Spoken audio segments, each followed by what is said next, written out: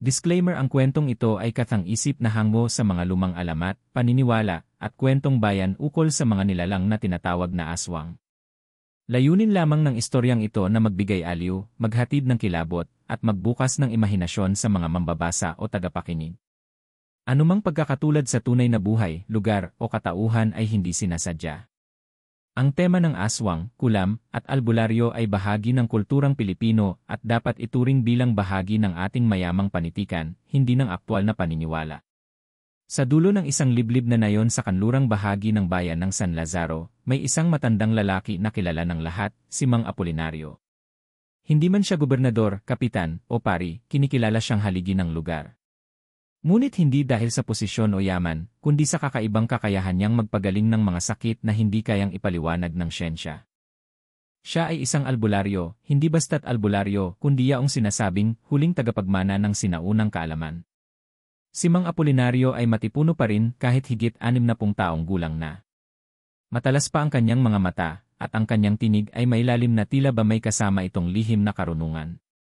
Sa kanyang munting kubo na gawa sa kawayan at nipa, dinarayo siya ng mga tao mula sa iba't ibang lugar, may dalang may sakit, may hinihinalang kinulam, o kaya na may inaalihan daw ng masamang espiritu.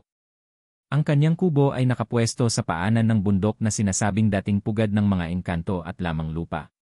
Ayon sa matatanda, hindi raw basta-basta ang pwesto ng kanyang tahanan, ito raw ay sinadya upang maging balanse ang enerhiya ng kalikasan at ng tao. Maraming nakapansin na kahit bumabagyo, hindi natitinag ang kubo ni Mang Apolinario. May paniniwala ang mga tao na ito ay may proteksyong espiritual. Isang araw, may isang babae na humahangos na lumapit sa kanyang kubo. Bitbit ang anak nitong nangingisay at namumutla. Walang malinaw na paliwanag sa sakit, sabi ng doktor sa bayan, wala raw itong pisikal na problema. Ngunit si Mang Apolinario, pagkasilip sa mga mata ng bata, ay agad nakaramdam ng malamig na hangin. Inakyat ng masamang anino, wika niya. Mabilis siyang kumilos, kumuha ng langis na may pinakuluang dahon ng alagaw, dasal na parang wikang Latin, at isang puting kandila. Habang ginagawa niya ang ritual, bigla raw nagdilim ang paligid kahit mataas pa ang araw. Umihip ang malamig na hangin, at may narinig silang tila ungol ng hayop mula sa labas. Ilang sandali pa, sumigaw ang bata at biglang tumigil sa pangingisay. Nanumbalik ang kulay sa pisngi nito. Lumuha ng pasasalamat ang ina habang niyakap ang kanyang anak. Simula noon, lalo pang lumawak ang reputasyon ni Mang Apolinario.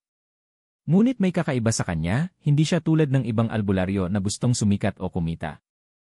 Hindi siya nagpapabayad, ang tanging hinihingi lang niya ay ilang dahon, asin, o kung minsan ay itlog bilang kapalit. Hindi siya mahilig sa mamahaling bagay. Ayon sa kanya, ang tunay na kapangyarihan ay galing sa kalikasan at pananampalataya, hindi sa pera.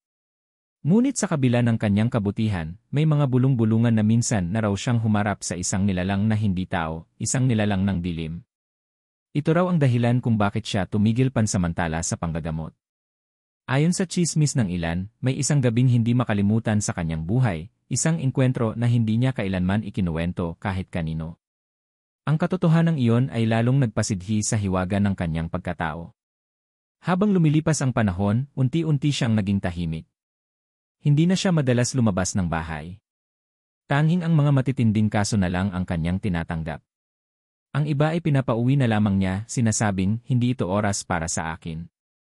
Maghintay kayo sa tamang panahon. At dumating na ang panahong iyon. Isang gabi, habang maulan at malakas ang hangin, may humampa sa kanyang pintuan. Hindi isang tao, hindi hayop. Isa itong nilalang na mahirap ipaliwanag.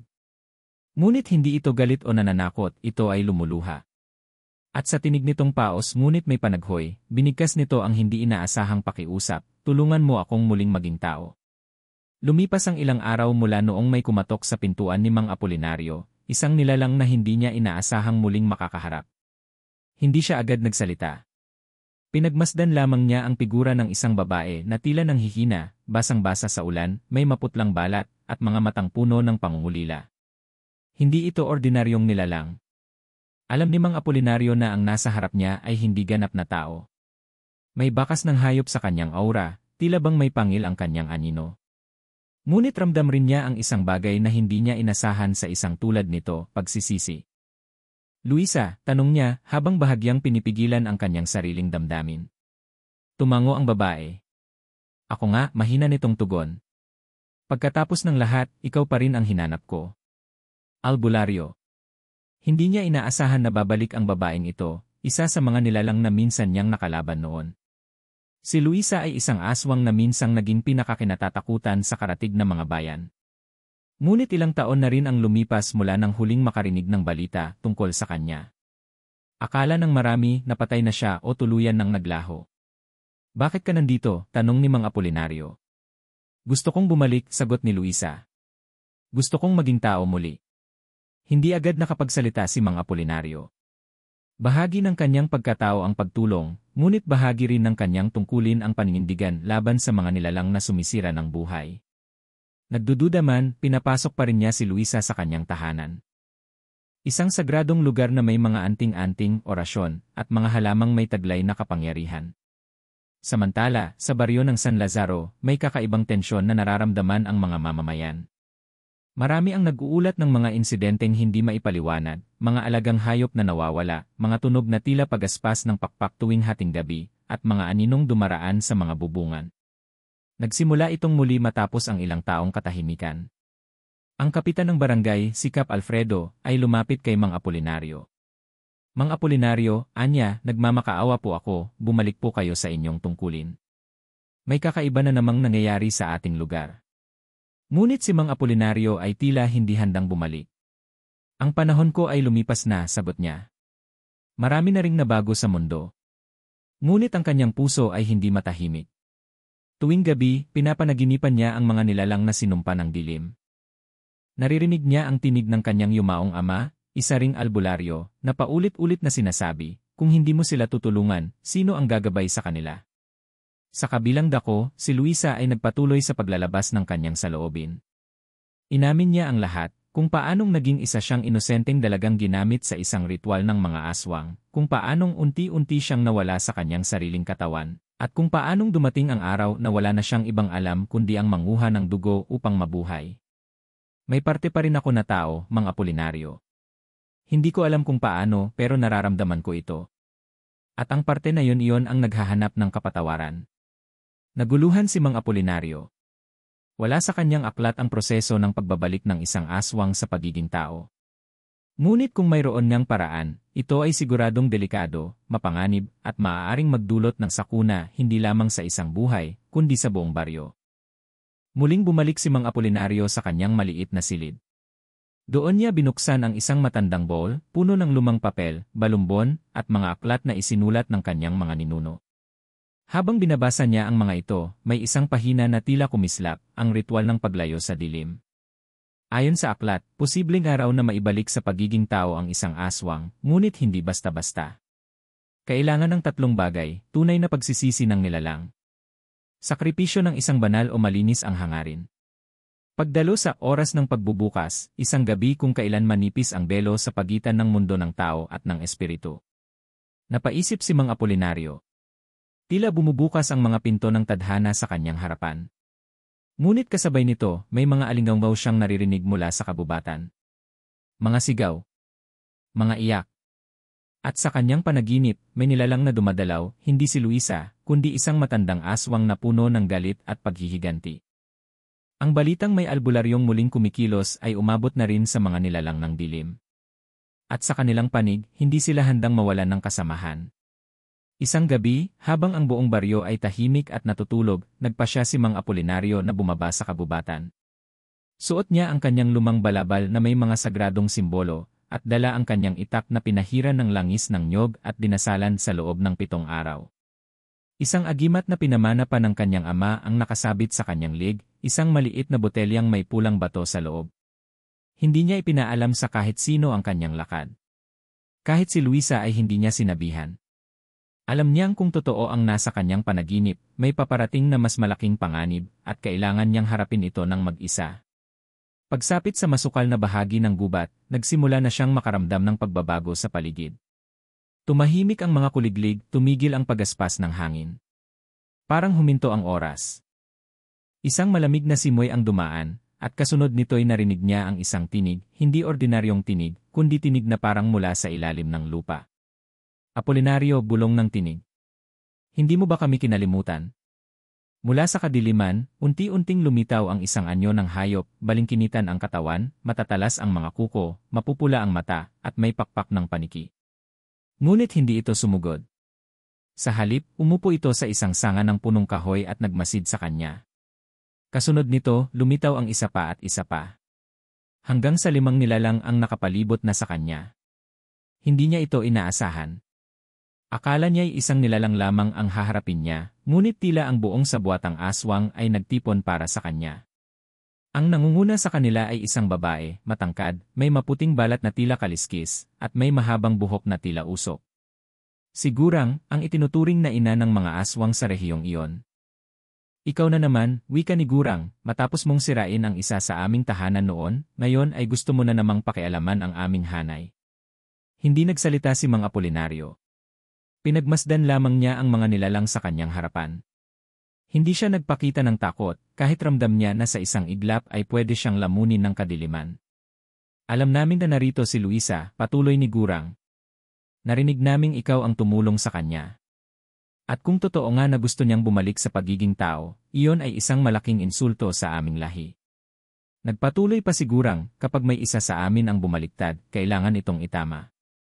Isa iyong paglapastangan sa sumpang pinili niya. Walang aswang ang pwedeng magbalik sa pagiging tao. Batas iyon. Sa puntong iyon, alam na ni Mang Apolinario na hindi niya maiiwasang lumaban. Dahan-dahan niyang hinugot ang itak at inilabas ang isang maliit na bote ng langis. Sa bawat hakbang niya pailalim sa kabubatan, binibigkas niya ang mga sinaunang dasal na nagtatawag ng proteksyon at liwanag. Kung tunay kayong makapangyarihan, wika ni Mang Apolinario, hindi kayo magagalit sa desisyong pinili ng isa sa inyo. Ngunit alam ko, kaya kayo natatakot, dahil alam ninyong posible itong mangyari. At kapag napatunayang may daan pabalik sa liwanag, baka hindi lang si Luisa ang sumunod. Nag-ingay ang paligid. Ang mga nilalang ay nag-umpisang magpakita ng tunay nilang anyo. Sigurang ay lumipad sa ere, ang kanyang mukha ay naging matulis, ang kanyang mga mata ay nag-aapoy. Pipigilan ka namin, sigaw niya. At kung kailangan naming tapusin ang buhay mong iyan upang manahimik ang aming mundo, gagawin namin. Isang matinding pagyanig ang sumunod. Lumindol ang lupa. Nagsimula na ang salpukan ng liwanag at dilim. Gamit ang kanyang agimat at panalangin, nagtayo si Mang Apolinario ng bilog na proteksyon sa gitna ng kagubatan. Doon siya lumaban, gamit ang kanyang itak, ang langis, at ang kapangyarihang hinubog ng pananalig at kabutihan. Isa-isang umatake ang mga aswang, ngunit lahat ay nabibigo. Tila hindi sila makalapit sa liwanag na lumalabas mula sa kanyang katawan. Ngunit ang pakikibakang ito ay hindi lamang pisikal. Sa bawat hampas, may tinig siyang naririnig, mga panunukso, mga alaala ng kanyang kabiguan, at mga takot na dati na niyang tinanggap. Tila gusto siyang buwagin hindi lamang sa katawan kundi pati sa isipan. Hindi mo siya maliligtas, bulong ni Gurang. Kahit anong gawin mo, mananatili siyang isa sa amin. Ngunit isang tinig ang sumagot, hindi kay Apolinario kundi mula sa di kalayuan. Ako ang pipili, sigaw ni Luisa. Ako ang may karapatan sa aking kalayaan. Si Luisa, dala ang sariling agimat na ibinigay ni Mang Apolinario, ay sumugod patungo sa bilog ng liwanag. Tumayo siya sa tabi ng albularyo at tumitig kay Gurang. Hindi ako isa sa inyo, sigaw ni Luisa. Kung kailangang magdusa, tatanggapin ko. Ngunit ako'y tao at gusto kong maging ganap na tao muli. Ang pagsigaw ni Luisa ay tila naging hudyat. Bigla siyang binalot ng liwanag, ang bilog ng liwanag ni Mang Apolinario ay lumawak, tinulak ang mga nilalang ng dilim. Sigurang ay napaatras, nagsisigaw sa sakit na hindi nakikita ng mata, kundi ng kaluluwa. At sa isang matinding pagsabog ng liwanag, biglang nawala ang lahat ng aswang sa paligid. Tahimik. Walang naiwan kundi si Mang Apolinario at si Luisa, kapwa nakaluhod, humihingal, at punong-puno ng pawis at luha. Ngunit may isang pagbabago. Si Luisa, ang balat niya ay hindi na maputla. Wala na ang itim sa kanyang mga kuko. Ang kanyang mga mata ay naging ordinaryong kayumanggi. Hindi na siya isang aswang. Siya ay tao na muli. Habang patuloy ang malakas na ulan, nakaupo si Luisa sa tabi ng apoy sa loob ng bahay ni Mang Apolinario. Tahimik lang siyang nakatingin sa sumisinding apoy, para bang naroon ang mga alaala ng kanyang nakaraan. Basang-basa pa rin ang kanyang mga damit, pero hindi siya giniginaw. Hindi dahil sa init ng apoy kundi dahil sanay na siya sa lamig ng takot, ng pag-iisa, at ng kadiliman na minsan ay naging kanyang tahanan. Luisa, mahinang tawag ni Mang Apolinario habang pinapainit ang sabaw ng luya. Panahon na siguro para ikwento mo sa akin ang buong katotohanan. Matagal bago nagsalita si Luisa. Ramdam ni Mang Apolinario na ito ay hindi madaling ikwento, hindi dahil nakakahiya kundi dahil masakit. At noong nagsimula na siyang magsalita, tila isa iyong sugat na matagal nang nakatago, ngayon lang muling nabuksan. Simula ng lahat, ako po'y ipinanganak sa bayan ng Candelaria, halos 5 oras mula rito, panimula ni Luisa. Isang simpleng pamilya lang kami. Magsasaka ang aking ama at maglalako ng gulay ang aking ina. Masaya ang aming buhay kahit salat sa yaman. Ako ang panganay sa 3 magkakapatid. Ngunit lahat ng iyon ay nagbago isang gabi nang ako'y 13 taong gulang pa lang. Habang pauwi ako mula sa bukid, may matandang babae na nakasalubong ko sa kakahuyan. Siya'y nakaitim, may baston, at may kakaibang amoy. Tinawag niya ako sa pangalan ko kahit hindi ko siya kilala. Seryosong nakikinig si Mang Apolinario. Ang ganitong simula ay karaniwan sa mga kwento ng pagkakatali ng isang tao sa kababalaghan. Sabi niya, Luisa, ikaw ang napili. Akala ko ay biro lang, pero bago pa ako makatakbo, bigla na lang akong nawalan ng malay. Pagmulat ko, nasa loob na ako ng isang kuweba, maliwanag pero walang apoy. Doon ko nakita ang 3 nilalang, isang babae, isang lalaking matangkad na walang buhok, at isang hayop na hindi ko maipaliwanag ang anyo. Pinainom nila ako ng dugo sa isang tasa. Pinilit nila ako. Sa unay nilabanan ko, pero nang isama nila ang mga larawan ng pamilya ko, sinabi nilang kung hindi ko susunod, sila ang kukunin. At dahil sa takot, sumunod ako. Dito ay tuluyang bumagsak ang luha ni Luisa. Akala ko tapos na ang lahat pagkatapos noon. Pero linggo-linggo akong pinapapunta sa kakahuyan upang dumalo sa kanilang pagtitipon. Tuwing kabilugan ng buwan, pinapasama nila ako sa pagpapakain. Sa simula, hayop lang manok, baboy. Pero habang lumilipas ang panahon, nararamdaman kong may bumabago sa katawan ko, sa isip ko. Naging madaling makaramdam ng gutom, at ang pinaghihinalaan kong dugo ng hayop ay hindi na sapat. Napatingin si Luisa kay Mang Apolinario. Hindi ko na kailangang itago. May mga panahong hindi ako tao. May mga gabing ako'y lumilipad, sumisiksik sa kisam ng mga bahay, at kinukuha ang hininga ng mga sanggol. Tumigil siya sandali at napayuko. Pero alam ko, hindi ako ganap na nawalan ng pagkatao. Lagi kong iniisip ang nanay at tatay ko, ang mga kapatid kong hindi ko na nasilayan mula nang ako'y mapabilang sa kanilang grupo. Alam kong isang araw, kung may paraan lang, pipiliin kong bumalik. Lumapit si Mang Apolinario at tahimik na iniabot ang mainit na sabaw. Bihira akong makarinig ng ganitong katapatang nanggaling sa isang dating aswang. Ang karamihan sa kanila, kapag pinili na ang dilim, hindi na lumilingon pa. Siguro dahil hindi ko talaga pinili, sagot ni Luisa. Pinilit ako pero pinangatawanan ko kasi wala akong magawa. Ang mga tulad naming babae, lalo na kung mahina ang pamilya, madaling nabibiktima ng ganitong ritual. Isa akong sakripisyo sa kanilang grupo, ang lihim ng samahan ng itim ayon pa kay Luisa, ang grupong napasukan niya ay kilala sa tawag na Samahan ng Itim na Kaliskis. Isa itong lihim na samahan ng mga nilalang ng dilim, pinamumunuan ni Gurang, ang matandang aswang na unang humarap kay Mang Apolinario sa gubat. Layunin ng samahang ito na makalikha ng isang bagong henerasyon ng mga aswang na hindi basta-basta natatalo ng mga albularyo. Gusto nila ng mga kabataang babae. Mas madaling sanayin, mas madaling baguhin ang isip. Mas madali ring tanggapin ang dugo sa katawan. Kaming mga baguhan ang tinatawag nilang bata sa dugo. May kasamahan ako noon na naputol ang proseso at naging mistulang baliw. Ako lang ang natapos hanggang sa dulo. Ngunit noong isang gabi, habang ako'y naglalakbay sa hangin, nakita ko ang isang lola na nagdarasal.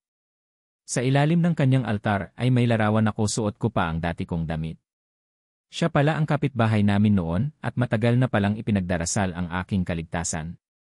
Doon ako naliwanagan na kahit anong dilim ang bumalot sa akin, may ilang tao pa rin na naniniwala na hindi pa huli ang lahat.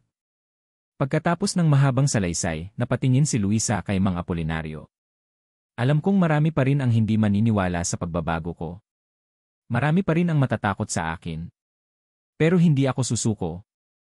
Kung mapatunayan ko sa sarili ko na may kabutihan pa akong natitira, baka matulungan ko rin ang iba.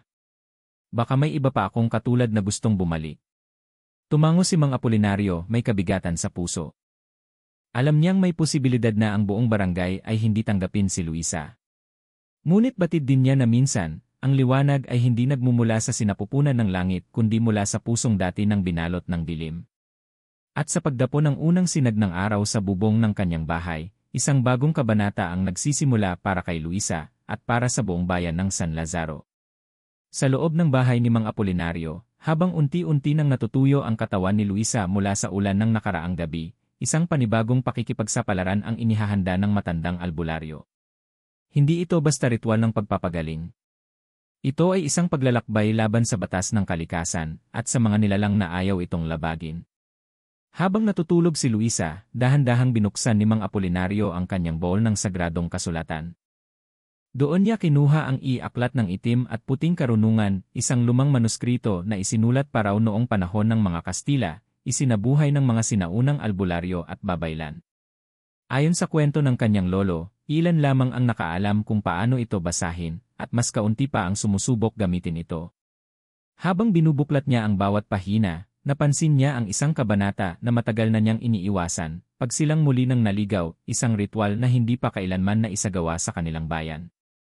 Elid kondisyon ng ritual ayon sa aklat, upang maisagawa ang ritual ng pagbabalik mula sa pagiging aswang tungo sa pagiging tao, kailangang matupad ang tatlong pangunahing kondisyon, pagsisisi sa puso ng nilalang, hindi pwedeng basta sinasabi lamang. Dapat ay mula sa kaluluwa. Ang nilalang ay kailangang umamin sa kanyang mga kasalanan sa harap ng elemento ng kalikasan, sa tubig, hangin, apoy, at lupa. Sakripisyo ng isang dalisay, may kailangang mag-alay ng lakas, hindi dugo, kundi espiritual na enerhiya. Karaniwan ay albularyo, babaylan, o taong may malinis ang intensyon. Ngunit babala, maaaring humina, mawalan ng alaala, o tuluyang mamatay ang mag-aalay. Pagganap sa gabi ng pagbubukas, isa lamang sa isang taon ang ganitong gabi, kung kailan kabilugan ng buwan ay sumasabay sa punot dulo ng hangin, isang di inaasahang sandali kung kailan ang enerhiya ng mundo ay pinakamanipis. Sa gabing ito, maaari raw ang pagpasok at paglabas sa pagitan ng dimensyon ng tao at ng dilim. Napabuntong hininga si Mang Apolinario. Napagtanto niyang ang pagbabalik ni Luisa ay hindi basta-bastang hangarin, ito ay isang pakikipagbuno sa mismong batas ng kalikasan. At higit sa lahat, malalagay rin siya sa alanganin. Ngunit hindi siya nagdalawang isip. Kinuha niya ang kanyang tungkod, isinuot ang kwintas na may batong pula, at sinimulan ang paghahanda. Eli, kailangang ihanda mga gamit sa ritual. 4 na bato mula sa 4 na sulok ng bundok ng San Lazaro, banga ng tubig mula sa sapa-sapaanan ng gubat luwad na inihalo sa abo ng tamaraw. Isang simbolo ng katapangan, langis ng niyog na pinakuluan sa dahon ng alagaw, kandilang puti na sinindihan sa altar ng dalisay. Ilang araw ang inubos ni Mang Apolinario sa pangangalap ng mga ito. Sa tuwing bumababa siya ng bundok o tumatawid ng ilog, pakiramdam niya'y may mata na nakamasid. May mga pagkakataong biglang titigil ang hangin, may mga alingawngaw sa paligid, at minsan pa'y may amoy ng bulok na karne na bumabalot sa hangin. Batid niyang hindi natutuwa ang mga nilalang ng dilim. Sa bawat pagbalik niya sa kanyang bahay, nakikita niyang si Luisa ay unti-unting nagbabago. Hindi lamang pisikal kundi espiritual. Marahil dahil sa kanyang taimtim na panalangin araw-araw o sa mga tapat niyang pagsisisi, ngunit nararamdaman niyang may bahid na liwanag na sa kanyang aura. Hindi na ito ang Luisa na tumatakbo sa bubungan ng mga bahay. Ito na ang Luisa na umiiyak sa altar habang hawak ang rosaryo ng kanyang ina. Iyan ay gabi ng pagbubukas, dumating ang araw ng ritual. Kabilugan ng buwan. Ang simoy ng hangin ay mabagal, malamig, ngunit may dalang kilabot. Nagtipon si Mang Apolinario at si Luisa sa gitna ng gubat, sa isang bilog na clearing kung saan 4 na punong balete ang nakapalibot. Isa itong sagradong lugar ayon sa mga matatanda. Itinayo ni Mang Apolinario ang 4 na bato sa 4 na direksyon. Sa gitna ay inilagay ang banga ng tubig at luwad. Sinindihan niya ang kandila at binuhusan ng langis ang paligid bilang simbolo ng proteksyon. Lumuhod ka, Luisa, utos niya.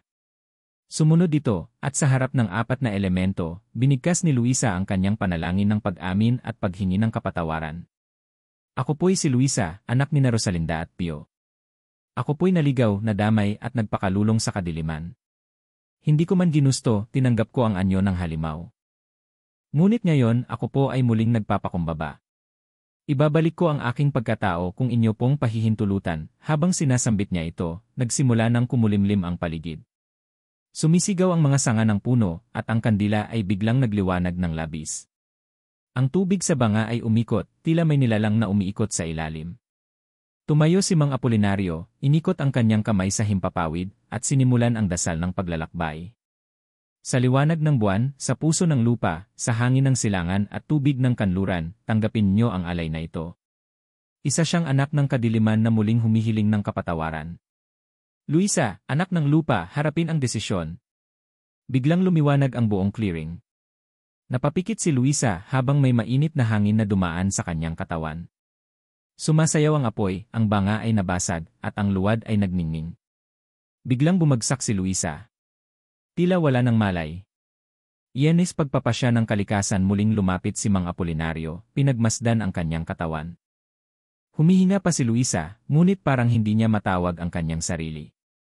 Tila may kaluluwang humiwalay sa kanyang katawan. At noon, isang mahiwagang tinig ang narinig sa hangin, ang kanyang puso ay totoo. Ang kanyang pagnanais ay dalisay. Ngunit ang kapalit ng kanyang pagbabago ay ang iyong lakas, Apolinario, ng mga sandaling iyon, naramdaman ng matanda ang biglaang panghihina. Para bang lahat ng enerhiya sa kanyang katawan ay dahan-dahang nilalabas. Kung ito ang kapalit, bulong niya, tinatanggap ko. Sapagkat kung ang pagbabalik sa liwanag ng isang nilalang ay maghahatid ng pag-asa sa iba, ako na ang magsisilbing tulay. At sa unang liwanag ng umaga, dumilat si Luisa. Hindi na siya aswang. Ngunit sa tabi niya, si Mang Apolinario ay nakahiga na, tulog na tila malalim, hindi na nagising ngunit may ngiti sa kanyang mga labi. Hindi pa man ganap na sumisikat ang araw, ramdam na ni Luisa ang kakaibang katahimikan ng paligid. Nasa gitna siya ng gubat, katabi si Mang Apolinario na hindi na gumagalaw, nakahiga, mahimbing, tila natulog ng tuluyan. Walang bakas ng sakit o pighati sa mukha ng albularyo, kundi payapang ekspresyon ng isang taong tinanggap ang kanyang kapalaran. Salamat po, bulong ni Luisa habang umiiyak. Hindi dahil sa takot, kundi dahil sa matinding pasasalamat. Inalay ni Mang Apolinario ang lahat, ang kanyang lakas, ang kanyang buhay, upang siya ay muling makatao. Ngunit hindi pa tapos ang laban. Mula sa kagubatan ay may humugong. 1, 2, 3 ulit. Sumunod ang tila malalalim na yabag sa lupa. Nagsimulang lumamig ang paligid. Nagdilim ang sinag ng araw. Ang mga ibon ay biglang lumipad palayo. At sa paglingon ni Luisa, tumambad ang isang nilalang na mas malaki at mas nakakatakot kaysa sa lahat ng kanyang dating nakita, si Lakanitom. Iyan pagbabalik na Lakanitom si Lakanitom ay isang alamat sa mundong kinasangkutan noon ni Luisa, isang matandang nilalang ng kadiliman, isang iaswang na hari, ayon sa mga kwento. Noon pa man, ito'y pinaniniwala ang pinakamasamang anyo ng aswang, hindi lamang manginginain ng laman kundi mang-aalipin ng mga kaluluwa. Ayon sa paniniwala ng mga matatanda, si Lakanitom ay tuluyang nawala makalipas ang isang ritual ng pagsara na isinagawa ng isang babaylan mahigit 300 taon na ang nakalipas. Ngunit ngayon, tila baga bumalik siya, hindi para sa pagkain, kundi upang gumanti. Sa isang iglap, ang lupa sa paligid ni Luisa ay nagsimulang umusok. Lumabas ang mga kamay na parang abo, mga dating aswang na sinumpa, ngayon ay binuhay upang sumuporta kay Lakanitom. Ikaw ang anak ng liwanag na pinilit bumalik sa pagiging tao, bulong ni Lakanitom habang lumalapit. At ang albularyong iyon ha? Walang halaga. Inangkin niya ang ritual, ngunit di niya alam ang kabayaran. Ang pagbabalik mo ay paggising ko. Tumayo si Luisa, mahigpit na hawak ang agimat na iniwan sa kanya ni Mang Apolinario. Hindi pa niya lubos na kabisado ang bagong kalagayan niya bilang tao, ngunit nararamdaman niyang hindi siya ganap na mahina. Parang may liwanag sa loob ng kanyang dibdib, isang apoy na nagsisimulang mag-alab. Hindi ako babalik sa dilim, mariing sagot ni Luisa. At hindi ako nag-iisa. Ang kabutihan ay hindi patay, Venice pagtatanggol ng baryo, habang papalapit si Lakanitom sa puso ng gubat, isang grupo ng mga kalalakihan mula sa baryo ang nakarinig ng kakaibang ugong sa hangin. Pinangunahan ni Kapitan Alfredo at ni Tio Nestor, isa ring dating alagad ni Mang Apolinario, ang pagbisita sa gitna ng kagubatan. Dala nila ang mga sulo, asin, bawang, at puting tela na binendisyonan sa simbahan. Narito tayo hindi para mambiktima kundi upang protektahan ang atin, sigaw ni Kap Alfredo sa kanyang mga kasamahan. Pagdating nila sa clearing, nakita nila si Luisa, nakatayo, puno ng putik at dugo, ngunit buong tapang na hinarap ang dambuhalang silakan itom. Hindi ito laban ng isa lamang, wika ni Tio Nestor. Ito'y laban ng buong bayan laban sa bumabangon na kasamaan, diyan ilabanan es gitna ng liwanag dilim nagsimula ang sabupaan. Sa bawat hakbang nila kanitom, nagkakabasag ang mga sanga. Ang lupa ay parang humahati, at ang mga kaluluwang kasunod niya ay sumusugod sa mga tao. Ngunit ang mga taga-baryo ay lumaban, gamit ang asin, dasal, kandilang puti, at apoy. Isa-isang nasusunog ang mga nilalang ng dilim, ngunit tila walang epekto kay lakan itom. Luisa sigaw ni Kapitan. Siya ang susi. Tila baga may iniwang kapangyarihan si Mang Apolinario kay Luisa, hindi lamang sa anyo ng agimat kundi sa pamamagitan ng espiritual na pagpasa. Naramdaman ni Luisa na ang kanyang mga palad ay umiinit, at ang kanyang mga mata ay tila nakakakita ng enerhiya. Alam niyang hindi na siya dating nilalang, siya ngayon ay tulay ng liwanag. Ginamit niya ang kanyang lakas upang buuin ang bilog ng proteksyon. Sa gitna, inilapag niya ang agimat, at doon nagsimulang umalab ang apoy, hindi normal na apoy kundi kulay bughaw at puti. Napasigaw sila kanitom sa sakit. Hindi mo ako mapipigil. Ako ang una, ako ang huli. Ako ang dilim, sigaw nito. Ngunit sa sigaw rin ni Luisa, ang kanyang tinig ay naging dasal, hindi niya alam kung paanong nabibigkas niya ito, pero lumalabas mula sa kanyang bibig ang mga sinaunang salita, liwanag, tanggapin ang pirasong nagbalik. Isara ang pinto ng anino. Ang liwanag ay hindi nawawala kahit sa pinakamatinding gabi, umikot ang apoy. Lumikha ito ng haligi na bumalot kay lakan itom. Isa-isa, bumagsak ang kanyang mga kasamahan. Sumigaw siya, isang malalim, nakabibinging sigaw. Sa huling sandali, nakita nila ang mukha ng isang dating tao, isang nilalang na minsang naging tao rin, bago nagpakalugmok sa dilim. At sa isang iglap, nawala sila kanitom. Iyan itahimik pagkatapos tumahimik ang paligid. Ang hangin ay bumalik. Ang mga bituin ay muling nagniningning. Si Luisa ay napaluhod, pagod, humihingal, ngunit buo. Lumapit ang mga taga-baryo. Hindi sila nagtanong, hindi sila lumayo, sa halip, niyakap nila si Luisa. Hindi lahat ng aswang ay masama. At hindi lahat ng tao ay may kakayahang magpatawad. Ngunit ikaw, Luisa, pinili mong baguhin ang tadhana. Dito ka na sa amin, wika ni Cap Alfredo. At sa unang pagkakataon, sa mahabang panahon, si Luisa ay tinanggap, hindi bilang aswang, kundi bilang tao. Matapos ang matinding labanan sa pagitan ng liwanag at dilim, unti-unti nang bumalik ang katahimikan sa baryo ng San Lazaro. Ngunit hindi kailanman magiging katulad ng dati ang mga araw na susunod, sapagkat ang kwento ng isang dating aswang na naging tao ay isa ng alamat na nabuhay sa gitna ng mga totoong tao. Isang araw pagkatapos ng labanan, inilibing si Mang Apolinario sa paanan ng bundok, sa tabi ng kanyang yumaong ama na isa ring albularyo. Nagsama-sama ang buong baryo, matanda, bata, babae, lalaki. Kahit ang mga dating hindi naniniwala sa kababalaghan ay nakiisa, dala ang mga kandilang puti at palaspas. Hindi na siya basta albularyo sa paningin ng mga tao, kundi bayani.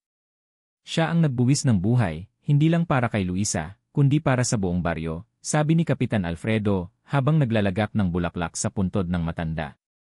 Kung hindi niya hinarap ang dilim, baka ngayon, wala na tayo. Diyanhi pamilya na Mang Apolinario ilang araw matapos ang libing, isang matandang babae at isang batang lalaki ang dumating mula sa karatig bayan. Sila'y anak at apo ni Mang Apolinario na matagal nang nakahiwalay sa kanya dahil sa alitan sa pamilya. Hindi kami naniwala noon sa daan na pinili ni Itay, umiiyak na wika ng anak niyang si Aling Mila. Akala namin kwento-kwento lang ang albularyo, ang orasyon, ang mga agimat. Pero ngayon alam naming lahat ng kanyang sakripisyo ay para sa kabutihan. Ipinasa sa kanila ang natitirang gamit ni Mang Apolinario, isang kwintas na may pulang bato, ilang aklat ng orasyon, at isang liham na isinulat ng matanda bago ang ritual. Kung dumating ang araw na ako'y mawala, sana'y huwag niyong ikahiya ang landas na tinahak ko. Ang liwanag ay hindi palaging makikita sa simbahan. Minsan, nasa masukal na gubat, nasa dasal ng ina, nasa tapang ng anak. At sa gabay ng puso, kahit hindi naintindihan ng mundo.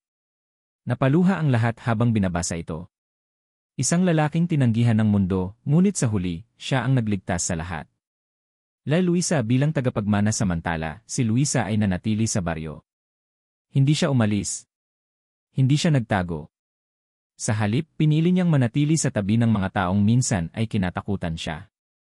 Marami ang nagulat, ngunit mas marami ang humanga sa kanyang lakas ng loob. Lumapit siya sa simbahan, tumulong sa paglilinis, at araw-araw ay nagsisindi ng kandila sa altar. Isang gabi, habang naglilinis siya ng mga lumang gamit ni Mang Apolinario, natagpuan niya ang isang maliit na notebook na hindi pa nabubuksan. Sa unang pahina, may nakasulat, para sa susunod na gabay, hindi mo kailangang maging perpekto. Kailangan mo lang maniwala sa liwanag. Napangiti si Luisa.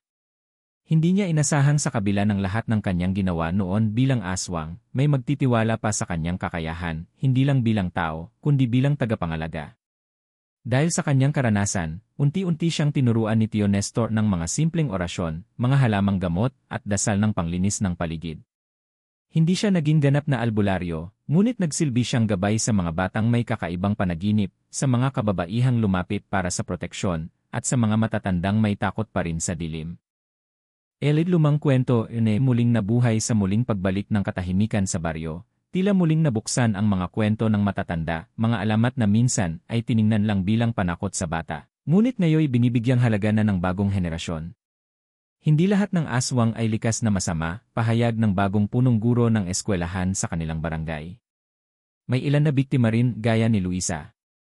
At ang tunay na kalaban natin ay ang takot na nagpapabulag sa atin. Nag-umpisa ang mga kabataan sa paggawa ng mga mural sa pader ng eskwelahan, larawan ni Mang Apolinario na may hawak na itak sa isang kamay at rosaryo sa kabila, si Luisa na may liwanag sa puso, at ang baryo na napaliligiran ng mga bituin at kandila. Isang batang nagngangalang Junjun ang nagsabi, gusto ko pong maging albularyo paglaki ko kagaya ni Lolo Apo. Yan bagong landas si Luisa, ngayon ay tinatawag na ka-Luisa ng mga tao, ay hindi na pinapansin ng masamang tingin. Sa halip, siya na ang nilalapitan kapag may alingaw-ngaw ng kakaiba, tunog ng pagaspas, aninong dumaan, o panaginip ng mga bata tungkol sa lumilipad na babae. Pero sa bawat pagkakataong iyon, tumatayo siya, tahimik, at sinasabi, walang masamang espiritu na kayang manaig sa pusong puno ng liwanag. Pamana ng isang albularyo sa paglipas ng panahon, itinayo ng mga taga-baryo ang isang maliit na dambana ni Apo sa paanan ng bundok kung saan inilibing si Mang Apolinario. Doon, ang mga tao'y nagsisindi ng kandila hindi upang humingi ng himala, kundi upang alalahanin na may mga taong handang isakripisyo ang lahat para sa kabutihan ng iba. Sa bawat pagdapo ng liwanag ng buwan sa dambana, tila may aninong nakatayo sa tabi ng bato, at si Luisa, minsan ay ngumingiti sapagkat alam niyang hindi siya nag-iisa.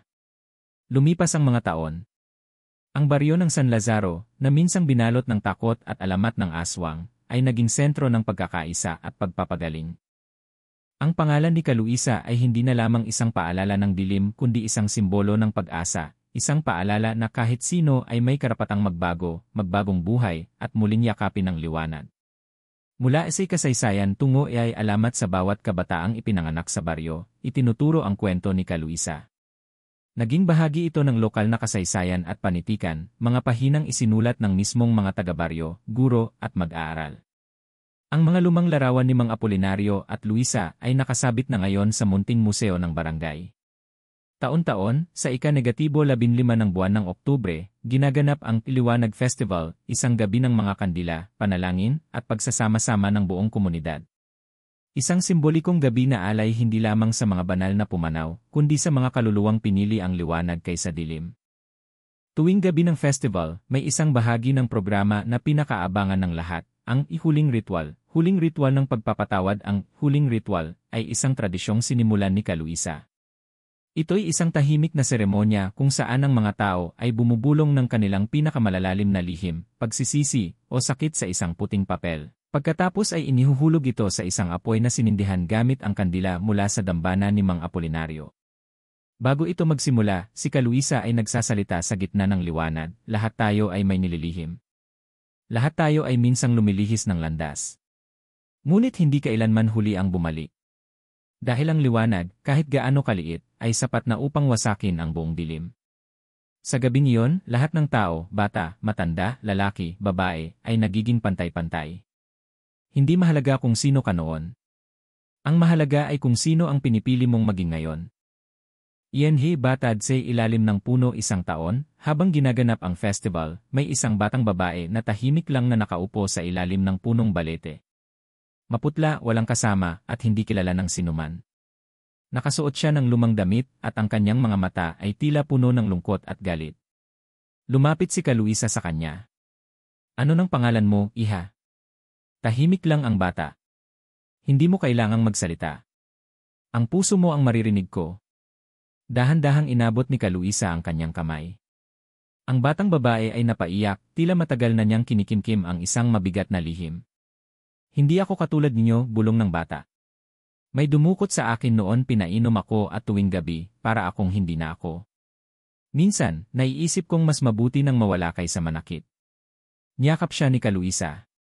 Ako rin. Dumaan ako dyan. Pero heto ako ngayon. Buhay. Tinanggap. Minahal. Kaya ikaw rin may pag-asa pa. At sa kauna-unahang pagkakataon, isang bata ang humawak ng kandila at nagsindi ng apoy sa gitna ng dambana. Iyan ni pamana sa huling taon ng kanyang buhay, si Kaluisa ay hindi na madalas lumalabas. Ang kanyang buhok ay puti na, ang kanyang katawan ay mahina na rin. Ngunit nananatili pa rin siyang ilaw ng komunidad. Sa huling pagkakataon, isinulat niya ang kanyang karanasan sa isang aklat ng pagsisilang, isang sinimulang talaan ng mga taong nakaligtas sa kadiliman at piniling magbago. Kasama sa talaan, ang batang babae sa ilalim ng puno ngayon ay isa ng guro ng edukasyong panlipunan. Isang dating binatilyo na napaniwala sa kulto, ngayon ay isang tanod ng baryo. At ilang hindi pinangalanang nilalang, na hanggang ngayon ay hindi lumalantad, ngunit lihim na tumutulong sa pag-alis ng takot sa paligid. Yan ang huling pagtitipon sa huling gabi ng Liwanag Festival na dinaluhan ni Kaluisa, lahat ay tahimik. Wala siyang isinulat. Wala siyang sinambit. Sa halip, tumayo siya sa gitna ng clearing habang hawak ang isang maliit na ilawan. Sapat na ang aking kwento. Ngayon, sa inyo ko na ito ipinapasa. At iniabot niya ang ilawan sa isang batang lalaki, apo ni Mang Apolinario. Panahon na ng bagong gabay. Huwag mong kalimutang makinig, hindi sa sigaw, kundi sa bulong ng puso. At sa gabing iyon, ang huling kandila ay sumindi. Si Kaluisa ay naglakad palayo, hindi upang magtago, kundi upang magpahinga.